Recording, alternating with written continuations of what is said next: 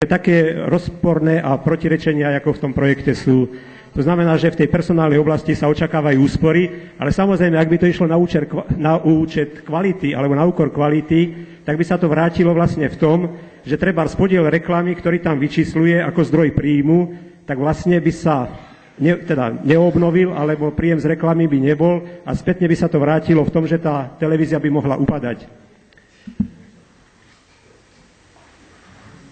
Ďakujem, to je všetko. Ďakujem, inžinier Mertán.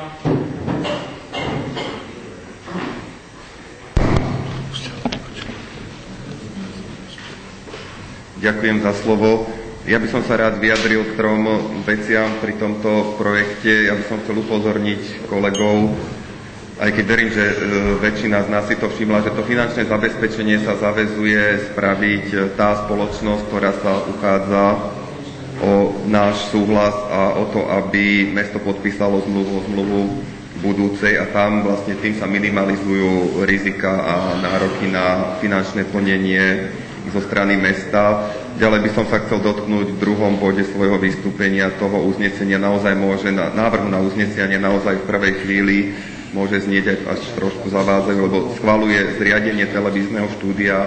Je zrejme možné televízne štúdio, aby som sa ja zriadil aj hocikto z nás bez súhlasu mestského zastupiteľstva. Druhá vec, či by som dostal na to licenciu na vysielanie, takže v tom bode je možné požiadať návrhovú komisiu, aby možno trošku racionálnejšie uznesenie navrhla. A v 3. bode by som sa chcel dotknúť toho, či je možné alebo nie je možné usporiadať verejnú súťaž o takéto veci, ako je televízne štúdio a vysielanie v našom meste. Spoločnosť, ktorá sa uchádza o našu priazeň, si sama vytipovala možnosti, zistila si, že je možnosť vysielať na nejakom kanáli cez terestriálne vysielanie a myslím, že to je ich neobmedzené právo a nakladanie s tým majetkom. My môžeme jedine prenajať alebo neprenajať ten priestor na Zablati, ktorý je mestský, alebo možno bude potom vyrovnaní s tou pôvodnou firmou Slovakábel, či komu to tam teraz patrí. To je jediná vec, ktorú môžeme ovplyvniť. Táto firma nastúpila cestu, ktorú nám ponúka, aby sme sa jej zúčastnili a my môžeme tomu povedať áno alebo nie. Môj osobný názor je taký, že by sme sa túto ponuku by sme mali prijať, pretože tá mestská televízia veľmi chýba v Trenčine pri formovaní verejnej mienky, pri správach zo zastupiteľstva, ale aj z iných oblastí, ktoré sa v meste dejú. Takže prihováram sa skôr za schválenie spolupráce s touto firmou. Ďakujem. Ďakujem pekne, pán doktor Sámel.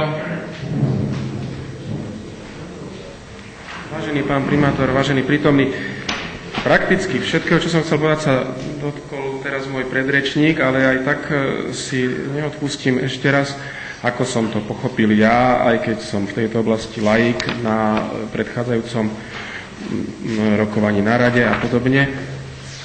Je pre mňa bezpredmetné, za koľko si firma vybaví svoje štúdio. Treba si prečítať návrh zmluvy o budúcej zmluve. Nás sa prosím vás týka. Čo sa zaväzuje mesto, a je to tu jasne napísané. Odpredaj pozemku, poskytne priestory a vyčíslené sumy 1,2 milióna. O tých môžeme diskutovať, či ich máme takýmto spôsobom presne hneď teraz dávať na papier alebo nie, ale to sú sumy 1,2 milióna, 2,9 milióna a podobne. Môžeme diskutovať o tom, koľko mesto stratí alebo nestratí prenájmom priestorov alebo poskytnutím priestorov. Hej? A to je všetko, o čom my môžeme diskutovať. To, koľko bude stáť kamera, koľko tam bude stoličiek, prosím vás, to je starosť tej firmy. Práve to je na tej zmluve, myslím, pozitívne. Čo sa týka toho, schvaľuje zriadenie televízneho štúdia, myslím si, že je to správne vzhľadom k tomu, že to má byť práve v priestoroch mesta. A tretia vec, ktorej som sa chcel dotknúť, mi teraz, bohužiaľ, vypadla, takže ďakujem. Ďakujem, pán doktor Sámel. Áno. To je, tá tretia vec je dôležitá a nebola tu povedaná, myslím, ktorú Peter Mertán povedal, tá nutnosť už vytvoriť tú televízne štúdiu, skutočne to info, to je niečo nedostatočné. V podstate to to nemá žiadnu výpovednú veľkú hodnotu a treba si povedať jedno, ak nebudeme súhlasiť s týmto projektom, odložíme vlastne realizáciu televízie na 2 roky, na 3 roky. Ďakujem pekne. Pán inžinier Mažár ako predkladateľ. Môžeme dať hlasovať za materiál. Vyčerpali sme všetky príspevky diskusné k tomuto materiálu. Pán inžinier Filko navrhol stiahnuť tento materiál z rokovania mestského zastupiteľstva. Hlasujeme o tomto poslaneckom návrhu. Áno, nech sa páči.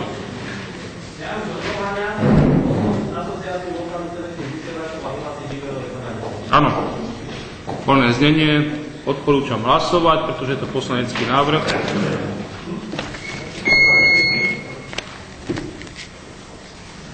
Hlasujeme.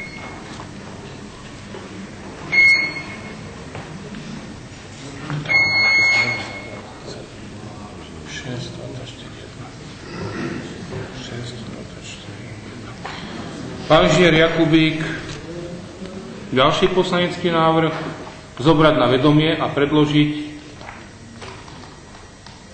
Poprosím ťa.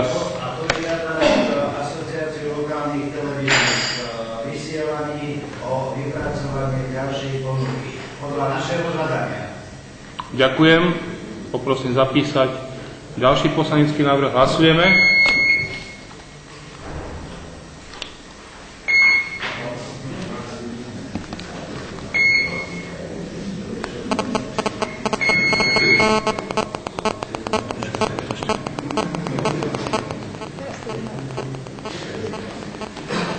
Ďakujem.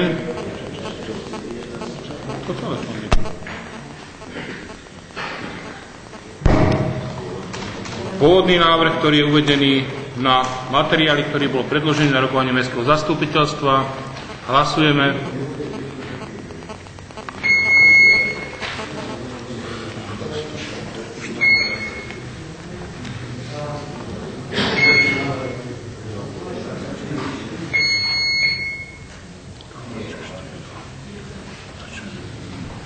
Ďakujem, materiál bol schválený.